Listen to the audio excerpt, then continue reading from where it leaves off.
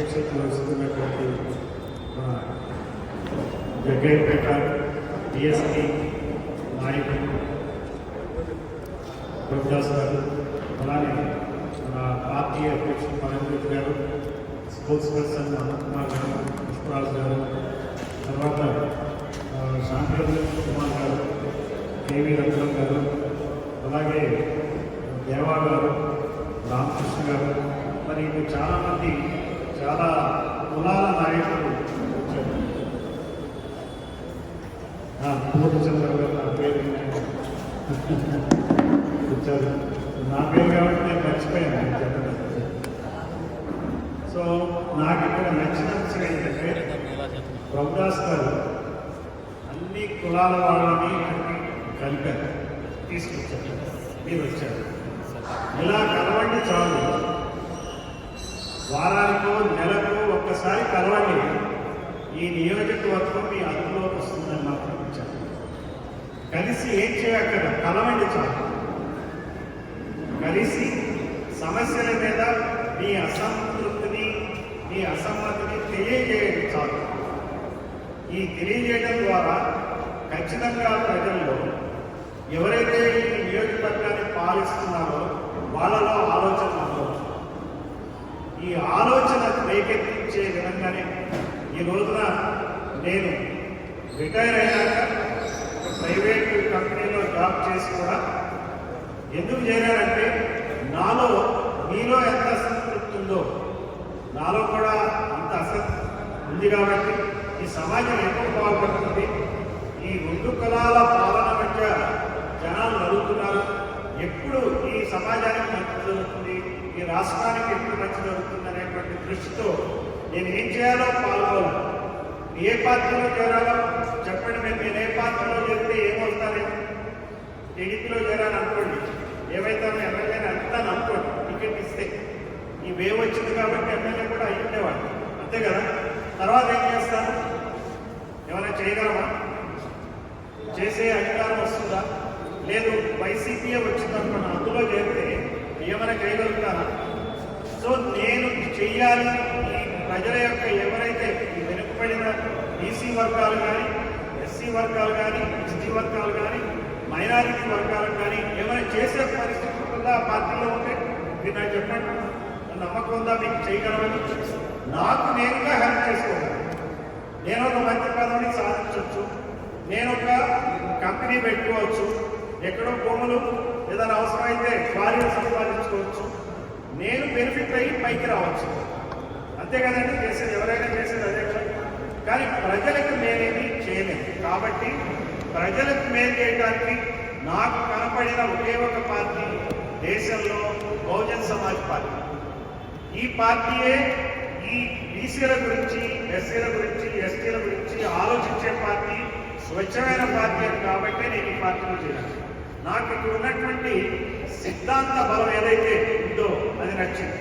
దీనికి కొంచెం మనం వెనక్కి వెళ్తే కనుక మనకి ఈ రోజున్న పరిస్థితుల్లో నిజంగా బీసీలు, ఒక బీసీల వరకు మైనారిటీలు ఉన్నారు, ముస్లింలు ఉన్నారు. మనం ఒకసారి ఆలోచిద్దాం, తల ఎత్తుకుని తిరిగే పరిస్థితి ఉందా నాకు చెప్పండి. గౌరవంగా తల ఎత్తుకుని నేను ఫలానా అని తిరిగే పరిస్థితి ఈరోజు ఉందా? గ్రామంలో కానీ పట్టణంలో కానీ ఉందండి, చెప్పండి. ఉందంటే మనకి మాట్లాడటానికి లేదు, అసలు క్లోజ్ చేసుకోవచ్చు, అంతుంటే అసలు ఈ సమస్య ఉండదు. తల ఎత్తుకోలేని పరిస్థితి ఉంది. అంటే మనకు ఆగస్టు 15 స్వాతంత్రం వస్తుంది. స్వాతంత్రం వస్తే ఇది నా దేశం, నాకు ఈ దేశంలో అన్ని రకాలైనటువంటి లాభాలు అనేటువంటి నమ్మకం ఉందా నాకు చెప్పండి. మనం ఆలోచిస్తే ఆ రకమైన పరిస్థితులు ఉంటాయా? హలో, ఏమంటారండి? నేను స్పందన రావాలి, నేను చూస్తాను. మనకి సరే మీకు ఎమ్మెల్యే, ఆయన ఎవరో ఎమ్మెల్యే ఇక్కడ తాతయ్య బాబా, తాతయ్య అంతకుముందు ఆయన ఉదయ్ బాబు, వాళ్ళకి వాళ్ళ వర్గానికి ఉన్నంత సెల్ఫ్ రెస్పెక్ట్ కానీ కానీ గుండె నెక్కడం కానీ మీకుందా నాకు చెప్పండి. ఇక్కడ ఉందా? ఇక్కడ ఉందా? ఉందో లేదో తెలియని పరిస్థితుల్లో ఉందామా? చెప్పుకోలేకపోతున్నామా? ఉందే ఉంది ఉన్నా కానీ చెప్పలేని పరిస్థితుల్లో ఉన్నాం. అంతే కదా, అందుకని కరెక్ట్ వస్తున్నాను. నేను అనేది ఏంటంటే ఈ పరిస్థితుల్లో మనం ఏం చేయాలి, ఎలా చేయాలి? ఈ రకమైన పరిస్థితులు ఇప్పుడు కాదు. మనకి ప్రథమ స్వాతంత్ర సంగ్రామం జరిగిందంటే సిపాయి తిరుగుబాటు. అది ఎప్పుడు జరిగింది? 1857లో జరిగింది.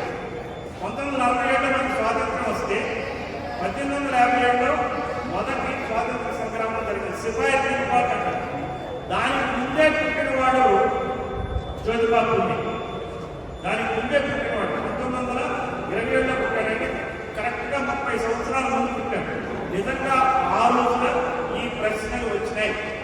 ఈ రకమైన సమస్యలు ఈ దేశంలో ఉంది అని చెప్పి జ్యోతిబా పూలే అప్పుడు ఆయన ఉద్యమాన్ని సాగించాడు. ఈ ఎవరైతే ఆధిపత్య కులాలు ఉన్నాయో అవి అణిచివేతని ప్రశ్నిస్తూ బయలుదేరిన వ్యక్తి జ్యోతిబా పూలే. ఆయన ఒక బీసీ నాయకుడు. అప్పట్లో శూద్ర జాతి అని అనేవాళ్ళు. అప్పుడు బీసీ అనే కేటగరైజేషన్ లేదు.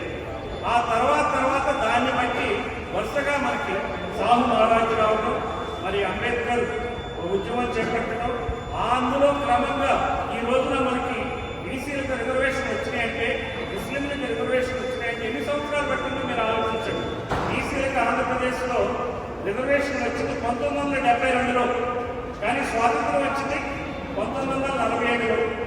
చానాళ్ళు ఈ రిజర్వేషన్ ఇవ్వడానికి ప్రభుత్వాలు మనకి ఏ రకమైనటువంటి సహకారం చేయాలి, డాటా వేసుకుపోయారు. మనకి 1952 నుంచి 1978 వరకు ఏక కుల పాలన నడిచింది, అంటే రెడ్ల పాలన నడిచింది.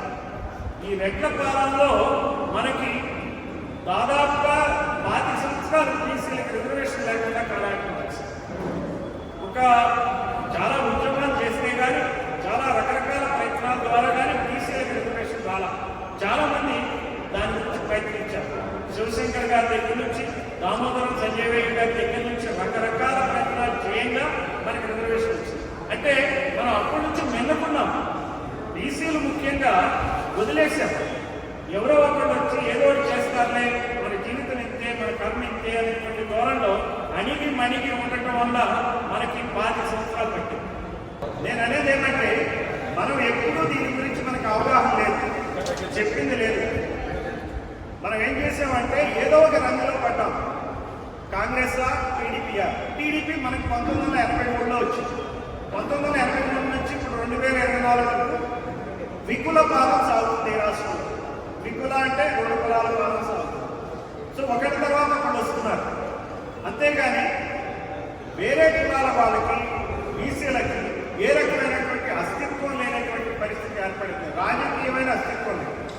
మనం ఈరోజు తెలుగుదేశం మేనిఫెస్టో ఇచ్చాం. ఈ తెలుగుదేశం మేనిఫెస్టో ఇస్తే ఏమంటుంది? ఈ మేనిఫెస్టో మీకు తెలుసో లేదో చదువుతాను. బీసీ డిక్లరేషన్ అంటున్నారు. బీసీలకు 50 సంవత్సరాలకే నెలకి 4,000 పెన్షన్ ఇస్తాం. బీసీల రక్షణ కోసం ప్రత్యేక చట్టం, ఎస్సీ ఎస్టీ యాక్ట్ లాగా బీసీలకు కూడా చట్టం ఇస్తా ఉన్నాము. బీసీ సబ్ ప్లాన్ ద్వారా 5 ఏళ్లలో 1,50,000 కోట్లు ఖర్చు చేస్తాం. తర్వాత బీసీలకు రాజకీయ ప్రాధాన్యత ఇస్తాం. అంటే మనకు రాజకీయ ప్రాధాన్యత లేదనే కదా, ఇదేనా కదా? రాజకీయ ప్రాధాన్యత లేదు కాబట్టి ఇస్తామన్నాం. ఈ రాష్ట్రంలో ఇప్పటి వరకు 17 ఎలక్షన్లు జరిగినాయి. ఒక్కొక్క అసెంబ్లీలో ఇప్పుడు 175 సీట్లు ఉన్నాయి. అంతకుముందు 130, 140 సీట్లు ఉన్నాయి. 1950 నుంచి 75 వరకు 130, 140, ఈవెన్ 190 సీట్లు కూడా ఉన్న రోజులు ఉన్నాయి. అట్లా ఎమ్మెల్యేలు ఎంతమంది అయ్యారంటే ఈ రాష్ట్రంలో ఎంతమంది ఎమ్మెల్యేలు అయ్యారంటే 2,902 మంది ఎమ్మెల్యేలు అయ్యారు. అంటే దాదాపుగా 3,000. ఈ 3,000లో బీసీలు అయ్యింది 17%. 17%. బీసీల జనాభా ఎంత? 50% అంటున్నాం. సరే, అదేమన్నా లెక్క పెట్టే పరిస్థితులు ఏమైనా ఉన్నాయా? లెక్క పెట్టారా? లెక్క పెడుతున్నారా? లెక్క పెడతారని నమ్మకం ఉందా ఈ ప్రభుత్వం? సో లెక్క పెట్టరు, కులగణనే చేయాలి. కులగణన చేయకుండా ఏం చేస్తామంటున్నారు? క్యాస్ట్ సెన్సెస్ కాదు, స్కిల్ సెన్సెస్ చేస్తాం అంటున్నారు. నైపుణ్యం అంటే మనం అడిగింది మనకు కావాల్సింది లేకుండా స్కిల్ సెన్సెస్ చేస్తే ఏం జరుగుతుంది? స్కిల్స్ వాళ్ళు ఎంతమంది ఉన్నారంటే పని వచ్చే వాళ్ళు ఎంతమంది ఉన్నారు. కులం చూడరు, పని వచ్చా లేదా అని చూస్తారు. కుమ్మర్లు ఉంటే కొండలు చేయటం వచ్చా, వచ్చిన వాడినే అందులో పెడతారు. కుమ్మర్ మీద పేరు పక్క తీసేస్తారు. అలాగే కంసాలు ఉన్నారంటే ఆ కంసాల పని వస్తే పెడతారు, లేకపోతే తీసేస్తారు. మంగళ ఉన్నాడు, మంగళ పని వస్తేనే అతను అందిస్తుంటారు, లేకపోతే తీసేస్తారు. తీసి వాళ్ళు ఇంజనీర్లు, డాక్టర్లు, లేకపోతే ఇంకోటి రాసుకుంటారు. రాసుకుంటే ఇన్ని లక్షల మంది డాక్టర్లకి, ఇంజనీర్లకి వీళ్ళు ఉద్యోగాలు ఇచ్చే పరిస్థితుందా? ఇండస్ట్రీస్ పెట్టే పరిస్థితి ఉందా? చెయ్యడానికి ఎందుకు అసలు స్కిల్ సెన్సెస్ అని చెప్తున్నారు అంటే దీనిలో కూడా మధ్య పెట్టే ప్రయత్నం జరుగుతుంది. బీసీ నువ్వు క్యాస్ట్ సెన్సెస్ చేయి. క్యాస్ట్ సెన్సెస్ చేస్తే ఈ కులాలు ఏ కులం ఎంత ఉందో తెలుసండి. ఇప్పుడు నీ జగ్గైపేట ఉందనుకోండి, ఈ జగ్గైపేటలో ఏ కులాలు ఎంత ఉన్నాయి నా దగ్గర ఇన్ఫర్మేషన్ ఉంది. నేను ఇప్పుడు చాలా పుస్తకాలు చదువుకుంటున్నాయి కానీ తెలుసుకుంది. ఈ పుస్తకాలు ముందే కూర్చున్నా మీకు చెప్తామని. సో ఏ ప్రాంతంలో ఇప్పుడు నేను జగ్గైపేటలో ఒక అంచనా ఉంది. ఇది అంచనా నిజమా అబద్ధమా అనేది తేల్చేస్తుంది ఎవరు? ప్రభుత్వం. ప్రభుత్వం తేల్చాల్సి అంటే ఏం చేయాలా? స్కిల్ సెన్సెస్ కాదు, క్యాస్ట్ సెన్సెస్ చేయాలి. ఈ రోజున ప్రతి ఒక్కరికి ఆధార్ కార్డు ఉంది. ఆధార్ కార్డు ఉన్నప్పుడు వాళ్ళ క్యాస్ట్ తీయడం కష్టమా? ఏం కష్టం చెప్పండి. ఆధార్ కార్డు ఒక యాప్ లో పెట్టి ఆ యాప్ లో ఆధార్ కార్డులో మన పేరు, ఊళ్ళు అన్నీ వస్తాయి. ఇంకొక కాలం ఏం పెట్టాలా? ఇదే కులం, కమ్మరి, కుమ్మరి, మంగలి, చాకలి, గుజరాత్ అని యాడ్ చేయటమే. అది కూడా లిస్ట్ వస్తుంది. బీసీలో 131 కులాలు ఉన్నాయి. ఈ 131 కులాలకు వస్తుంది. అది నొక్కితే ఇప్పుడు ఎంతసేపు చేయాలండి? ఈ సెన్సెస్ ఎంతసేపు చేయాలి? వారం, 2 రోజులు, 3 రోజులు, లేకపోతే నెల. ఈ నెల పాటు సెన్సెస్ చేసి దాని ప్రకారం రిజర్వేషన్ ఇస్తే ఇప్పుడు ఏమంటున్నారు? టీడీపీ పార్టీ ఏమంటుంది? 34% స్థానిక సంస్థల్లో రిజర్వేషన్ ఇస్తామని ఈ మేనిఫెస్టోలో రాసింది. ఈ 34% మేనిఫెస్టోలో ఈ రిజర్వేషన్స్ దిగదలిస్తే రేపు కోర్టుకు వెళ్తారు. వీళ్ళ మనుషులు వెళ్తారు, మీరు ఎక్కిస్తారు అని ఆధారం ఏంటి అని అడుగుతారు. కోర్టు కొట్టేస్తారు. ఈ రోజున బీహార్లో నితీష్ కుమార్ సెన్సస్ చేస్తే అక్కడ బీసీల పాపులేషన్ 10% పెరిగిందంటే 10%. ఎస్సీల పాపులేషన్ 3% పెరిగిందంటే ఆయన ఏం చేశాడు? 65% రిజర్వేషన్ పెట్టాడు. అది హైకోర్టు పెండింగ్ లో పెట్టింది. సుప్రీంకోర్టు నిన్ననే ఆర్డర్ ఇచ్చి దాని మీద కూడా ఏ రకమైన ఉత్తర్వులు ఇవ్వాలి. సుప్రీంకోర్టు పరిశీలనలో ఉంది. అంటే ఏంటి? ఆయన స్కిల్ సెన్సెస్ చేస్తేనే దిక్కులేదు. సారీ, క్యాస్ట్ సెన్సెస్ చేస్తేనే దిక్కులేదు ఆర్డర్. ఈ రోజు కోర్టుల్లో లిటిగేషన్ లో పెట్టింది. మరి ఇక్కడ టీడీపీ గవర్నమెంట్ క్యాస్ట్ సెన్సెస్ చేయకుండా 34% రిజర్వేషన్ స్థానిక సంస్థల్లో ఇస్తా అంటే ఎందుకు నమ్మాలా? ఈ విషయాన్ని ఇక్కడ ఎమ్మెల్యేని మనం నిలదీయాలి. నెక్స్ట్ కార్యక్రమం అదే పెట్టుకోవాలి. ఎమ్మెల్యే ఇల్లు ముట్టడి చేయాలి, చెప్పాలి నిన్ను ఎన్నుకున్నాం, దుర్మార్గాలు చేసింది ఆ గవర్నమెంట్ అని, ఆ పార్టీ దుర్మార్గాలు చేసిందని, మరి రకరకాలైనటువంటి అవినీతి కార్యక్రమాలకు పాల్పడ్డాలని వైసీపీని దించి మిమ్మల్ని ఎన్నుకున్నాం. మేము వేసాం కదా ఓటు, వేయలేదా? వేయకుండా మీకు తెలుస్తారా? గెలవరు కదా. పైగా టీడీపీ పార్టీ అంటే ఏంటర్థం? బీసీల పార్టీ అంటే బీసీల పార్టీయా అని చెప్పుకుంటారా? చెప్పుకుంటారు. కానీ ఎవరి పార్టీ అది? కమ్మ పార్టీ. మనం గట్టిగా మాట్లాడాలి. గట్టిగా మాట్లాడితేనే టీడీపీ అంటే కమ్మల పార్టీ. కమ్మూరు పార్టీ కూడా కాదు, కమ్మల పార్టీ. కుమ్మరోడు అంటే, మంగళోడు అంటే, చాకలోడు అంటే, ముద్రాసోడు అంటే నువ్వు కమ్మోడు ఎందుకు అంటున్నావు? ఆలోచించుకోవాలి. మన క్లారిటీ రావాలి. మనకి మనం అనుకోవాలా? నేను కుమ్మరిని, నేనే కుమ్మరోడు అనుకుంటే ఆయన్ని కమ్మోరు అంటే మరి నాకేమన్నది? ఆత్మగౌరవం ఏమన్నది? సెల్ఫ్ ఎస్టీమ్ యాడ్ ఉన్నది, సెల్ఫ్ రెస్పెక్ట్ యాడ్ ఉన్నది. మరి ఆత్మగౌరవమే నినాదంగా కదా ఎన్టీ రామారావు ఎలక్షన్ లో వచ్చాడు. ఎవరి ఆత్మగౌరవం ప్రశ్నించాలి. కమ్మ వాళ్ళ ఆత్మగౌరవమా, బీసీల ఆత్మగౌరవమా, ఎవరి ఆత్మగౌరవం ఇక్కడ రక్షిస్తున్నారు? గత 83 నుంచి 2024 వరకు కూడా లెక్కలిస్తే సంవత్సరానికి ప్రతి అసెంబ్లీలో 33 కన్నా ఎక్కువ మంది ఎమ్మెల్యేలు లేరు. ఈ అసెంబ్లీలో 31, 32, 33 బీసీ 31, 32, 33. అది కూడా కొంతమంది బీసీలు లేనే లేదు. 131 కులంలో దాదాపుగా 16 కులాలే ఇంతవరకు అసెంబ్లీలో అడుగుపెట్టాయి బీసీ నుంచి. ఈ 16 కులాల్లో కూడా యాదవ, గౌడ, ఇంకా ఇతర కులాలు ఉన్నాయి. బట్ యాదవులు ఎంతమంది అడుగుపెట్టారు? బీసీల్లో ఏం చేస్తున్నారు? యాదవుల మీద ఒక రకమైనటువంటి అసూయ, గౌళ్ల మీద ఒక రకమైనటువంటి అసూయ పెట్టే కార్యక్రమాన్ని చీల్చి బీసీల్ని విభజించి పాలించేటువంటి సిద్ధాంతాన్ని అమలు చేస్తారు. యాదవులు ఎంతమంది ఉన్నారో రెడ్లు ఎంతమంది ఉన్నారు ఈ రాష్ట్రంలో? అవునంటారా కాదంటారా చెప్పండి.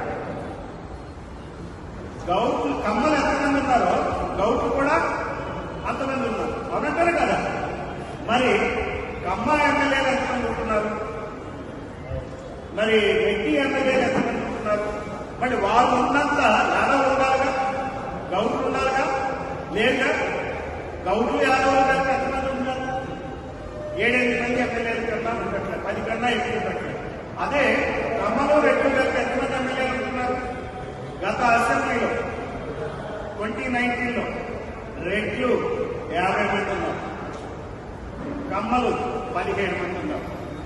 అంటే 67 మంది అయ్యారు. ఈ అసెంబ్లీలో రెడ్లు దాదాపు 30 మంది ఉన్నారు, కమ్మలు ఎంత 32 మంది రెడ్లు. ఇప్పుడు ఎంతమంది ఉన్నారు? కమ్మలు ఎంతమంది ఉన్నారు? 35 మంది ఉన్నారు. అంటే ఇద్దరూ కలిపి 60-70 మధ్య ఉంటారు ఆ 2 కులాలు. ఈ 2 కులాలే ఈ రాష్ట్రాన్ని వెళ్తాయి కాబట్టి బీసీలు ఎప్పుడు కూడా మొత్తం కలిపి అన్ని పార్టీలు కలిపి 30 మంది ఉంటారు. 100 పైగా బీసీ కులాలు మన ఇంతవరకు అడిగే పెట్టారు. విశ్వబ్రాహ్మణ్ కులం ఒక్కసారి ఒకటే అడిగి పెట్టారు. మీకు చెప్తానండి, ఒక ఎమ్మెల్యే ఏది స్వాతంత్రం వచ్చినప్పటి నుంచి ఇప్పటి వరకు నేను చెప్పాను ఈ అసెంబ్లీలో రాదు. ముదిరాజ్ ఒక్కడే, విశ్వబ్రాహ్మణ్ ఒక్కనే, వడ్డీ ఒక్కన, పెరిక 2, క్రిస్టియన్ 2, గాండ్ల 6, కళావంతుల 6, నగరాలు 7 ఎమ్మెల్యేలు, రెడ్డిక ఇక్కడే శ్రీకాకుళం 7, బోయ 8 మంది, కవర 15 మంది, కుర్బ ఈ కులాల వారు 16 మంది. ఇట్లా మత్స్యకార 22, పద్మశాలి 25, 35, కళింగ 38, తర్వాత గౌడ 64, తర్వాత వచ్చి యాదవ్ దాదాపుగా అదే నమ్మకం 10 కన్నా ఎక్కువ 40 మంది ఉన్నారు యాదవ్. ఎక్కువ లేదు, యాదవులు ఎక్కువ మంది ఉన్నామనే పనిలో ఉంటాం మనం, వాళ్ళు కూడా ఎక్కువ మంది లేదు. సో నేను అనేది ఏంటంటే ఈ బీసీ కులాల నుంచి ఎవరైతే ఉన్నారో వాళ్ళకి అసెంబ్లీలో స్థానాలు లేవు, కానీ ఓట్లు మాత్రం బీసీలని 50%. 50% కాదు, 40% అంటే క్యాస్ట్ సెన్సస్ చేసి అవి చెప్పాలి. అందువల్ల నేను అనేది ఏంటంటే ఈ స్థానిక సంస్థలు నామినేటెడ్ పదవుల్లో 34% రిజర్వేషన్. మీకు చాలా ఉద్యోగాలు ఉన్నాయి, పదవులు ఉన్నాయి, ఎంపీటీసీ పదవులు ఉన్నాయి, జడ్పీటీసీ పదవులు ఉన్నాయి, ఎంపీపీ కావాల్సిన వాళ్ళు ఉన్నారు, జడ్పీ చైర్పర్సన్ కావాల్సిన వాళ్ళు, గ్రామ సర్పంచ్ కావాల్సిన ఈ దేశంలో ఈ రాష్ట్రంలో చాలా పదవులు ఉన్నాయి. 12,000 మంది సర్పంచులు ఉంటారు గ్రామ పంచాయతీ, రెవెన్యూ గ్రామాలు 17,000. ఇవన్నీ పదవులే. ఉద్యోగాలంటే మనం వీళ్ళిచ్చే ఉద్యోగాలు కాదండి, ఇవి అసలైన ఉద్యోగాలు. ఈ పదవులే అసలైనవి. ఈ పదవులు వస్తేనే, రాజ్యాధికారం వస్తేనే ఆయా ప్రాంతాల్లో ప్రజలకు లాభం జరుగుతుంది. అందువల్ల చట్టసభలో బీసీసీ రిజర్వేషన్ 33% ఇచ్చి చేస్తామని చెప్తున్నారు. కేంద్రానికి పంపిస్తారు, 33% ఎక్కిస్తారు. నేను ఇక్కడ క్యాస్ట్ సెన్సస్ చేయకుండా అలానే తక్కువ జనాభాతో ఎన్నికల్లో పోటీ చేయలేని వర్గాలకు నామినేషన్ ద్వారా రాజకీయ భాగస్వామ్యం కల్పిస్తారు. అంటే తక్కువ జనాభా ఎట్లా లెక్క అంటే మాట వలస అంటారు, మీరు తక్కువగా మీకు ఇచ్చామంటారు. మేము అక్కడ తక్కువ జనాభాలో వాడికి నామినేటెడ్ పదవి ఇచ్చాము. నేను అనేది ఏంటంటే మనకి ముందు ఈ ఈ అవగాహన మనం పోవాల్సి వస్తుంది. బీసీలు ముఖ్యంగా మైనారిటీల పొజిషన్ ఈ రాష్ట్రంలో అసలు ఎట్టుకోవాలో కూడా అర్థం కాని పరిస్థితి. కనీసం బీసీలు ఇది తెలుగుదేశం పార్టీ మదరాలు ఏదో ఫీల్ అవడానికన్నా కానీ ఉంది. ఇప్పుడు మైనారిటీస్ ఏ పార్టీలో కూడా తెలియదు, ముస్లింస్ ఏ పార్టీలో కూడా తెలియదు. చాలా అభద్రతా భావంతో బతుకుతున్నారు.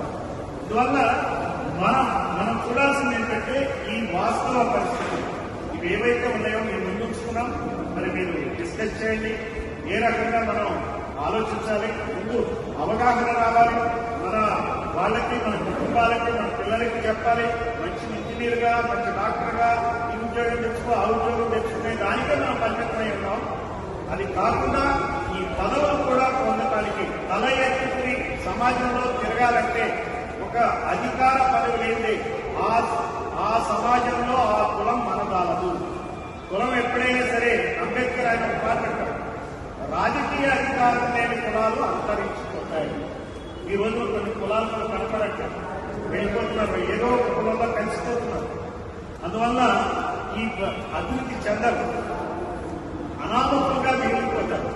అందువల్ల కొన్ని కులాలు కూడా ఈ రాజకీయాల వల్ల కొన్ని కులాలు అంతరిస్తున్నాయి. ఈ రాజకీయాల్లో 2 కులాల పాత్ర పెరిగిన దగ్గర నుంచి మీకు ఒక కులం సంగతి చెప్తా, ఇదొకటి చెప్పి మీకు ముగిస్తాను. మనకి 1952 నుంచి 75 వరకు మీకు ఏం చెప్పాను, ఏకకుల పాలన అని చెప్పాను కదా. ఆ ఏకకుల పాలనలో బ్రాహ్మణులు 71 మంది ఎమ్మెల్యేలు ఉన్నారు. అంటే 2902లో 71 ఒక నంబరు 78 వరకు, తర్వాత 83 నుంచి 2024 ఇప్పటి వరకు 9 మందే బ్రాహ్మణులు. స్వాతంత్రం వచ్చిన నాళ్ళలో ఎక్కువ మంది బ్రాహ్మణులు ఎమ్మెల్యేలు. ఆ తర్వాత రెడ్లాస్ వచ్చి పెరిగినాక బ్రాహ్మణులకి తగ్గిపోయింది. ఇప్పుడు ఒక ఎమ్మెల్యే ఉంటాడు ఈ అసెంబ్లీలో, అంతకన్నా లేదు. అంటే అలానే ఒక నగరి నియోజకవర్గం రోజా తెలుసు కదా మీకు, రోజా మొన్నదాకా అక్కడనే తీసుకున్నాం. ఆ నగరిలో 1994లో, 62లో, 83లో 3 సార్లు అక్కడ రాజులు ఎన్నికయ్యారు.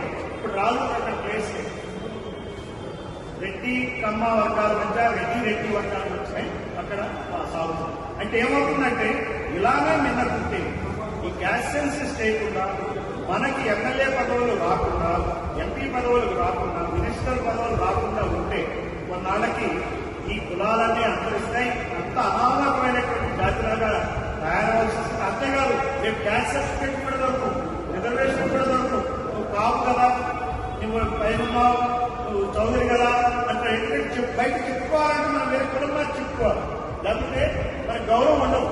సేమ్ కులం చెప్పుకోలేని స్థితిలో ఇంకా ఉంది. స్వాతంత్రం నుంచి 75 సంవత్సరాలు అయితే నేను కమ్మ, నేను కాపు, నేను రెడ్డి అన్నట్టుగా చెప్పుకోలేని పరిస్థితుల్లో చాలా కులాలు చెప్పుకోకుండా తిరుగుతున్నారు, ఎవరికి వాళ్ళే కావకుండా తిరుగుతున్నారు.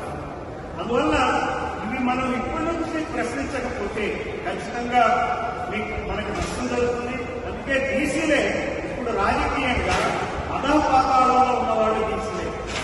ఎస్సీలకి అంబేద్కర్ పుణ్యమాని, ఎస్టీలకి అంబేద్కర్ పుణ్యమాని నామమాత్రమైన రాజ్యాధికారం, నిజమైన అధికారాలు ఉన్నాయి, నామమాత్రమైన అధికారం. ఎమ్మెల్యేలుగా ఉన్నారు కానీ బలమైన నాయకులుగా రాష్ట్రంలో ఎవరైనా పెద్ద లీడర్ ఉన్నారని చెప్పగలమా? ఎస్సీలో ఇతను పెద్ద లీడర్ ఎస్సీలకు నాయకత్వం వహిస్తున్నాడు అనేది ఎదురు ఉందా? అతను కూడా అడిగి పైకి ఉండాల్సి వస్తుంది. అలానే ఎస్టీలో ఎవరైనా ఉన్నారా? పేరు చెప్పే నాయకులు ఎప్పుడు ఉన్నారా? మరి మనం చెప్పాలంటే కమ్మాస్లో ఎంతమంది పేరు చెప్పచ్చు, రెడ్డిస్లో ఎంతమంది పేరు చెప్పచ్చు? ఎందుకు ఇలా జరుగుతుంది? ఇవన్నీ మనం గమనించాలి, ఇవన్నీ మనం అర్థం చేసుకోవాలా. ఈ దృష్టితో మనం ఆలోచన చేసుకోవాలి.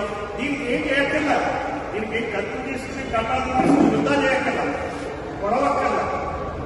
సైలెంట్ గా ప్రతి ఎలక్షన్ ఏ ఎలక్షన్ అయినా రేపు స్థానిక సంస్థలు వస్తే క్యాస్ట్ సెన్సెస్ చేయకుండా ఎన్నికలు కనుక నిర్వహిస్తే టీడీపీ పార్టీకి అధపాతాళాలను తొక్కటమే సరైన. మీకు ఎవరిష్టమైనా పర్వాలేదు. బహుజన్ సమాజ్ పార్టీ ఇష్టమైతే మీరు ఖచ్చితంగా మండల ప్రజలకి వాళ్ళ మీద వ్యతిరేకత చూపిస్తారు. మీరు చేయాలి, బహుజన్ సమాజ్ పార్టీ చేశారు. మీరు అక్కడ కూడబెట్టండి, డబ్బు కూడబెట్టినట్టు మీ ఓట్లని ఇటువంటి ఎటువంటి పార్టీలో కూడా పెట్టారు. ఎందుకంటే క్యాస్ట్ సెన్సస్ చేసినటువంటి వైసీపీ ఐపాక్ ద్వారా చేశారు. తెలుసా మీకు? క్యాస్ట్ సెన్సస్ తెలుసా మీకు? చేశారు, కానీ అతను బయట పెట్టారు. ఎందుకు బయట పెట్టారు? తెలుగు తక్కువ కాదు. నా ఎస్సీ, నా ఎస్టీ, నా బీసీ, నా మైనారిటీ అని తిరిగాడు. అవునా కాదు? దాని మీద రెడ్లందరూ అడిగారు, నువ్వేం తయారు చేస్తున్నావు? చివరికి ఏమైనా ఎస్సీకి, ఎస్టీకి, బీసీకి పైన ఏమైనా ఒరిగిందా? ఎస్సీని చంపేశారు. సుబ్రహ్మణ్యం అని ఒక ఎస్ఐని చంపేసి డ్రైవర్ని డోర్ డెలివరీ చేశారు. డాక్టర్ సుధాకర్ అని ఆయన్ని అట్లనే ఆయనకు ఆత్మహత్య చేసిన విధంగా పరిస్థితులు క్రియేట్ చేశారు. ఈసీ మీద దాడులు చేశారు. గుర్తుకుదే అవన్నీ. ఎలక్షన్ వచ్చేటప్పుడు నా ఎస్సీ, నా ఎస్టీ, నా బీసీ. కానీ పదవుల్లో ఉన్న వాళ్ళంతా రెడ్డి. ఒక పర్సనల్ సెక్రటరీ దగ్గర నుంచి, చీఫ్ సెక్రటరీ నుంచి, డీజీ దగ్గర నుంచి అన్ని పోస్టులు ఆయన గంటగారి పేరు చెప్పుకున్నాడు. ఏం జరగదు. ఆ క్యాస్ట్ సెన్సస్ బయట పెట్టాడు. బయట తెలుసుకున్నాడు, చూసుకున్నాడు. ఈ ఎస్సీ, ఎస్టీ, బీసీలు బాగా ఎక్కువ ఉన్నారు, మనకు వ్యతిరేకత ఉంది, దెబ్బతింటాం అనే దృష్టి ఏం చేశాడు?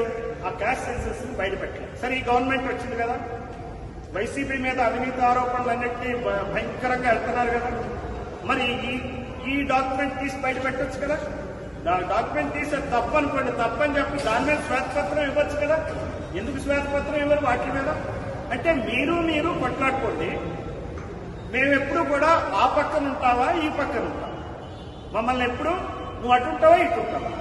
అంటే ఏంటి? పూర్వకాలంలో మనమంతా, నేను ముసలాండి కాబట్టి చెప్తున్నాం ఆ మాట. ఇంతకుముందు మన ఇళ్లలో కానీ ఎక్కడైనా కానీ ఎన్టీఆర్ ఏఎన్ఆర్ ఫ్యాన్స్ అని గొడవలు పెట్టుకునేవాళ్ళు అంటారు కదా. ఎన్టీఆర్ లేకపోతే ఏఎన్ఆర్ ఉండేనండి. తెల్లారు లేసినప్పుడు రాజకీయాలు చర్చించేవాడు కాదు. ఏం చర్చించేవాడు అప్పుడు? ఏఎన్ఆర్ ఎట్లా, ఎన్టీఆర్ ఎట్లా. అట్లా వీళ్ళు ఏం చేస్తున్నారంటే టీడీపీ, వైసీపీ, అక్కడ కాంగ్రెస్ వెళ్ళిపోయింది. ఎందుకంటే రెడ్ల పార్టీ కాంగ్రెస్ కాదు, ఇప్పుడు వైసీపీ రెడ్ల పార్టీ. కాబట్టి వైసీపీ టీడీపీ, వైసీపీ టీడీపీ అని చెప్పేటువంటి ఆ రకమైనటువంటి బైపోలార్ పాలిటిక్స్ అనమాట. ఆ గట్టునుంటావా, ఈ గట్టునుంటావా అని చెప్పి మనల్ని అందులోకి నెట్టేస్తున్నారు, ఆ భ్రమంలోకి నెట్టేస్తున్నారు. ఈ 5 సంవత్సరాలు భరిస్తున్నాం, మళ్ళీ నెక్స్ట్ 5 years రాగానే వాళ్ళని తీసేసి వాళ్ళకి వేస్తున్నాం. సో అందువల్ల మనం గమనించాలి, మన ఓట్లని ప్రతి ఎలక్షన్లో ఇది కనుక ఇంప్లిమెంట్ అయిపోతే బీసీలు మనల్ని మనం రక్షించుకోవటానికి, రేపు రాబోయే తరాన్ని రక్షించుకోవటానికి ఖచ్చితంగా ఈ మేనిఫెస్టోలో క్యాస్ట్ సెన్సస్ కనుక చేయకపోతే, ఓట్లేయం అనే దాన్ని కనుక మనం డిక్లేర్ చేయగలిగితే, ఎమ్మెల్యేలకు చెప్పగలిగితే, ఆ విషయం ప్రజల్లోకి వెళితే క్యాస్ట్ సెన్సస్ జరుగుతాయి. క్యాస్ట్ సెన్సస్ చేస్తే, నిజం తెలిస్తే, దాని ప్రకారం స్థానిక సంస్థల్లో ఈ జడ్పీటీసీ, ఎంపీటీసీ, సర్పంచ్ పదవుల్ని పంచండి, అధికారాన్ని పంచండి. అధికారం మీ దగ్గర పెట్టుకోవద్దు. ఇప్పుడు మీ నియోజకవర్గంలో ఏమవుతుంది? 70-30 నడుస్తుంటుంది మీ నియోజకవర్గం. 70-30 తెలుసు కదా అందరికీ? 70-30 తెలియదండి. 70 ఏంటంటే రూలింగ్ పార్టీ ఎమ్మెల్యేకి 70% వస్తుంది. అక్కడున్న క్వారీల్లో, స్కీముల్లో, స్కాముల్లో అతనికి వస్తుంది. ఇసుకలో 30% అపోజిషన్ వాళ్ళకి ఇస్తారు. 70-30 ఇది కొంచెం తెలివైన వాడు. మీ జగ్గైపేట వేరే చోట కొట్టుకుంటారు అనవసరం. ఆ పెద్దిరెడ్డి రామచంద్రారెడ్డి వీళ్ళందరూ ఏంటంటే కాదు, రూపాయి కూడా ఇవ్వాలి. అందుకే గొడవలో అయినా అడిగినోడిని పట్టుకుని పెట్టాడు. అందుకప్పుడు అక్కడ అంత గందరగోళం కాదు. మీ దగ్గర తెలివిగా 70-30 చేస్తున్నారు. ఇప్పుడు ఏం చేస్తారు? రూలింగ్ పార్టీ ఎవరు? టీడీపీ. ఇప్పుడు వీళ్ళకి 70% వస్తుంది. ఈయన తాతయ్య వెనకాల నాయకుడు ఆయన ఉంటాడు. కరెక్ట్ గా కరెంట్ వచ్చింది నేను చెప్పింది నిజం. ఆ నాయకుడి చేతుల ద్వారా ఈ వైశాఖ అన్నది పెద్ద మనిషి ఉంటాడు కానీ ఆయన అసలైన నాయకుడు కాదు. వైశ్యుల యొక్క ఓట్లని పార్టీ ఇక్కడి నుంచి దారకుండా ఉండటం కోసం పెట్టిన నాయకుడు తాతయ్య. అందుకని నేను ఆయన గురించి పెద్దగా విమర్శించను కానీ ఖచ్చితంగా ఆయన క్యాస్ట్ సెన్సస్ గా నిర్వహించకపోతే దానికి మూల్యం ఆయనే చెల్లించాలి, టీడీపీ చెల్లించాలి. అందువల్ల నేను చెప్పేది ఏంటంటే ఈ 70-30 నడుస్తుంది. అంటే మిగిలిన వాళ్ళకి 0. 100లో అధికారాన్ని 70-30 వాళ్ళు పంచుకుంటా ఉంటే మనకి 0. అందుకనే మనం ఓటే వచ్చే ఆయుధం, అవగాహనే దీనికి మార్గం. ఈ అవగాహన ద్వారా, ఆలోచన ద్వారా మీ రోజు మనం ఒకసారి కలిసి ఛాయో అదో ఇదో టైం పాస్ చేసి మాట్లాడుకుని కామ్కి వెళ్ళిపోండి. ఇదే నిశ్శబ్ద విప్లవం అవుతుంది. మీరు ఆ రోజు ఉన్నటువంటి క్యాండిడేట్స్ బహుజన్ సమాజ్ పార్టీ మేము గ్యాస్ సెన్సెస్ డిమాండ్ చేస్తున్నాం. ఈ గ్యాస్ సెన్సెస్ కి ఒక ప్రత్యేక ప్రాతిపదికన ఆందోళన రాష్ట్ర వ్యాప్తంగా చేపడతాం. ఈ విషయాన్నే ప్రజలకి ఎడ్యుకేట్ చేస్తాం. ఈ దృష్టిలో పెట్టుకుని మనం పనిచేద్దాం. అది నా వంతుగా నేను ఈ బహుజన్ సమాజ్ పార్టీ తరఫున నేను బీసీలకు చేయాలనుకున్నటువంటి సేవ ఇది. బీసీలకు న్యాయం జరిగితే, ఎస్సీలకు న్యాయం జరిగితే, ఎస్టీలకు న్యాయం జరిగితే, మైనార్టీలకు న్యాయం జరిగితే అప్పుడు ప్రజాస్వామ్యం 100% ఉంది. ఇప్పుడున్నది 70-30% వాళ్ళ దగ్గర ఉంది, మనకి 0 ఉంది. అప్పుడే మనకి ప్రజాస్వామ్యం వస్తుంది. సరే, ఈ ఏర్పాటు ఈ రోజు చాలా మరి మీ నిజంగా రావడం నాకు చాలా ఆనందం ఉంది. మీకు ఈ అవకాశం ఇచ్చినందుకు ధన్యవాదాలు తెలియజేస్తూ సెలవు తీసుకుంటాను.